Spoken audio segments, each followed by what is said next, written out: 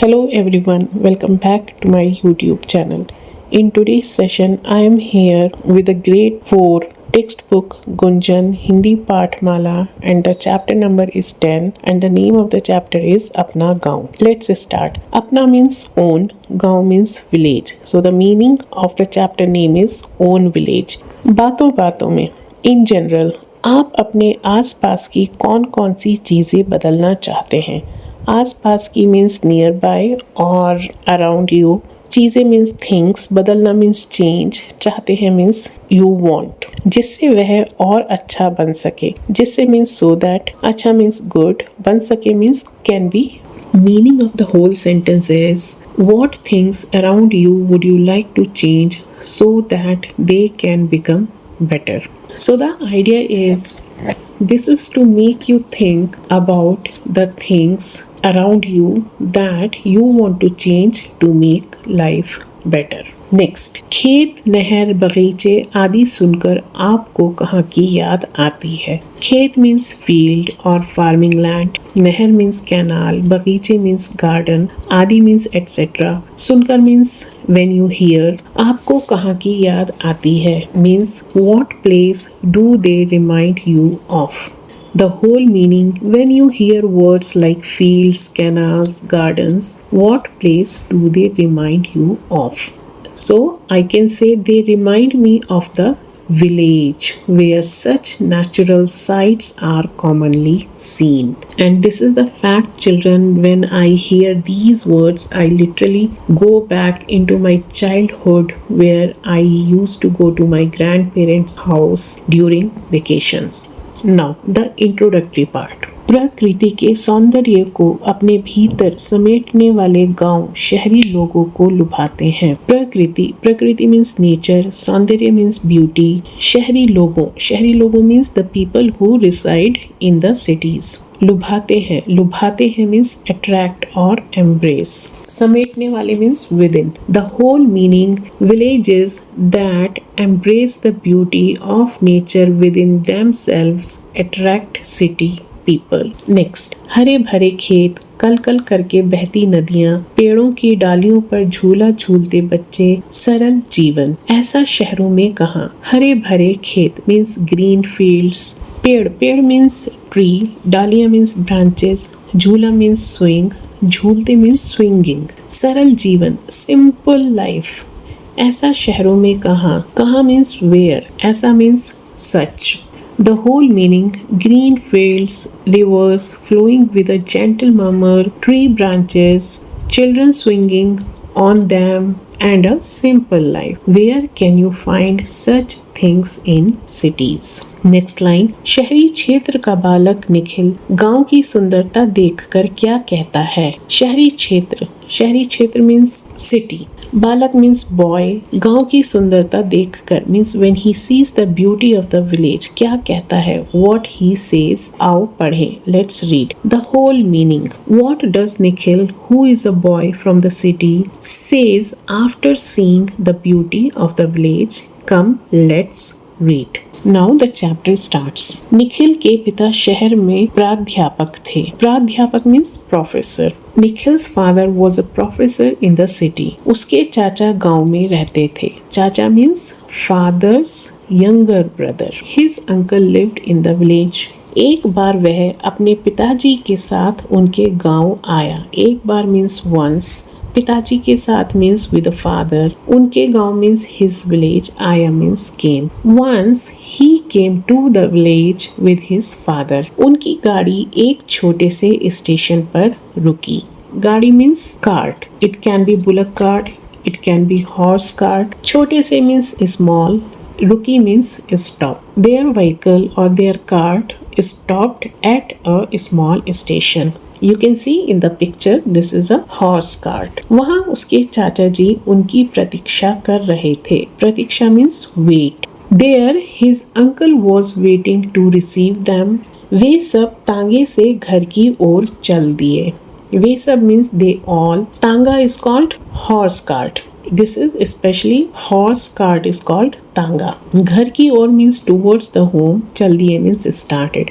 They all went home together by cart. Or they all started towards home together by cart. Next paragraph. थोड़ी देर बाद ही गांव के घर दिखाई देने लगे. थोड़ी देर बाद ही means after a little while. गांव के घर means houses of the village. दिखाई देने लगे means began to appear. The meaning, after a little while, houses of the village began to appear. Means they started seeing the houses. Next line. पिताजी ने एक इमारत की ओर संकेत करते हुए बताया. इमारत मीन्स बिल्डिंग, संकेत मीन्स पॉइंट आउट, करते हुए मीन्स while pointing out, बताया मीन्स टोल्ड.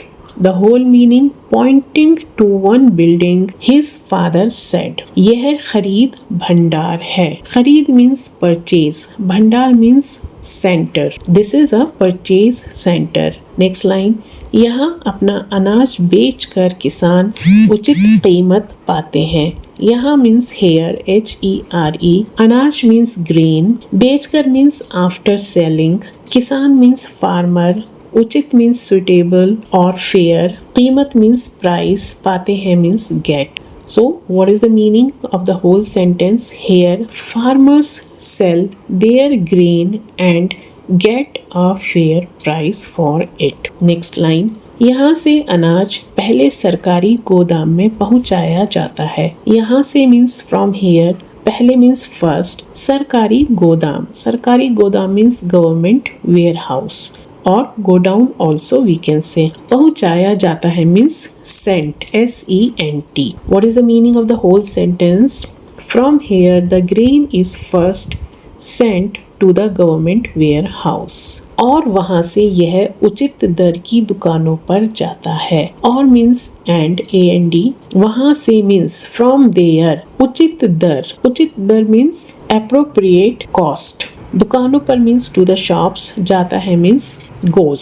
जहाँ से हम राशन के रूप में इसे प्राप्त करते हैं. जहाँ से मीन्स फ्रॉम वेयर. राशन के रूप में in the form of ration प्राप्त करते हैं मीन्स वी गेट इट और we receive it. So what is the meaning? And from there it goes to the designated shops at a fair price or at an appropriate price, from where we receive it as ration.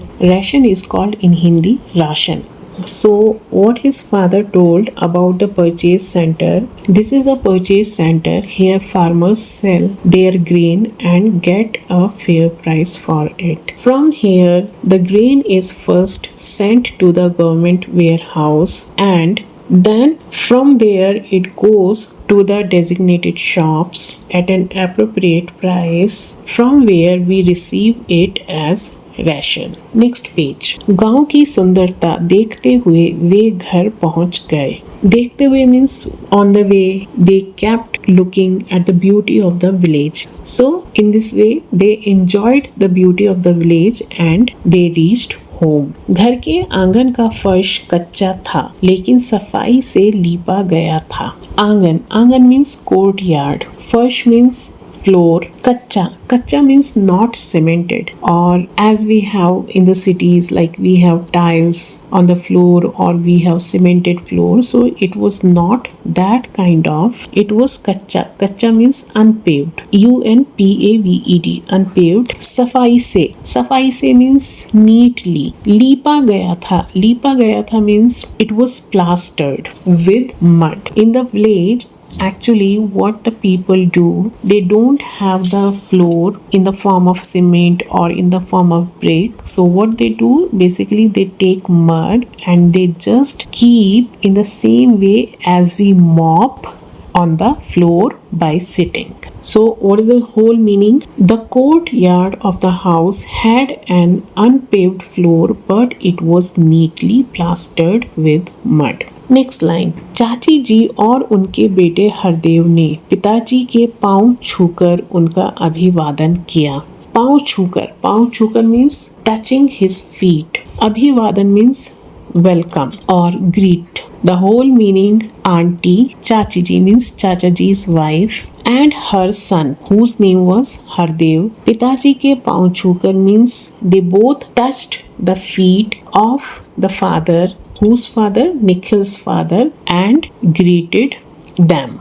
One more time, auntie Chachi ji and her son Hardev greeted Nikhil's father by touching his feet. चाची जी ने उन्हें स्वादिष्ट छाछ पिलाई. स्वादिष्ट means refreshing. Although it is tasty, but here I can say refreshing. छाछ. छाछ means buttermilk. पिलाई. पिलाई means I would say here offered. पिलाना basically to make drink to somebody. So we must say चाची जी then offered them refreshing buttermilk. छाछ पीकर निखिल हरदेव के साथ नहाने चला गया. नहाने मीन्स टू टेक बाथ. चला गया मीन्स वेंट. छाछ पीकर means after drinking.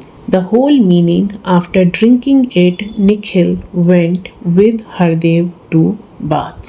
Next, you can see on the pictures there are some speech bubbles. In that also there are the illustration texts. So in the first speech bubble, hooray, maza aa raha hai means Nikhil is enjoying. He says wow. Hooray means wow. Maza aa raha hai means this feels amazing.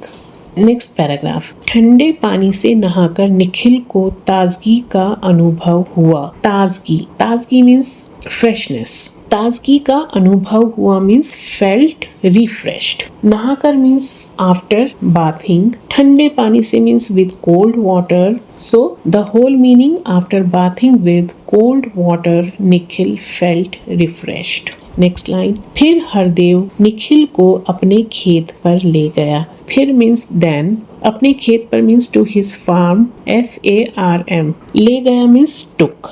Then Hardev took Nikhil to his farm.